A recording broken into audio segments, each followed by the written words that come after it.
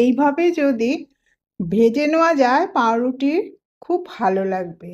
প্রথমে আমি জিরে দিয়ে দিলাম, 2 চামচ সর্ষের তেল দিয়ে জিরেটা দিয়ে একটা পেঁয়াজ কুচি ভালো করে কুচিয়ে নিয়েছি, একটু বড় সাইজের পেঁয়াজ, আর টমেটো একটা বড় দিয়ে দিলাম।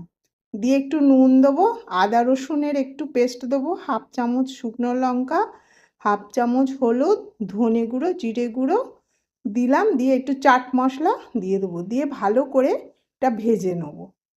দেখুন কত সুন্দর খেতে হয়। মশলা পাও একবার করে দেখবেন। সামান্য একটু জল দেবো যাতে মশলাটা পুড়ে না যায়, করে নিলাম। মশলাটা তুলে নিয়েছি, নিয়ে ওই এতেই একটা আলু সেদ্ধ করে রেখেছিলাম।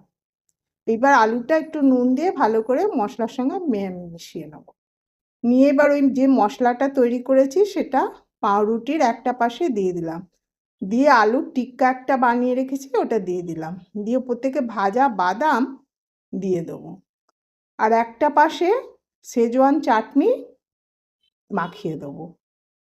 ব্রেকফাস্টে এত ভালো লাগে এগুলো খেতে। একঘেয়ে রুটি পরোটার থেকে এটা করে দেখবেন, পেটও ভরে।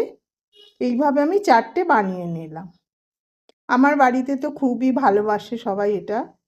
এবার একটা মাখন দিলাম ফ্রাইং প্যানে, গ্যাসটা অল্প করে কমিয়ে দিলাম, দিয়ে পাউরুটিগুলো মাখনে এপাশ ওপাশ করে ভালো করে ভেজে নেব।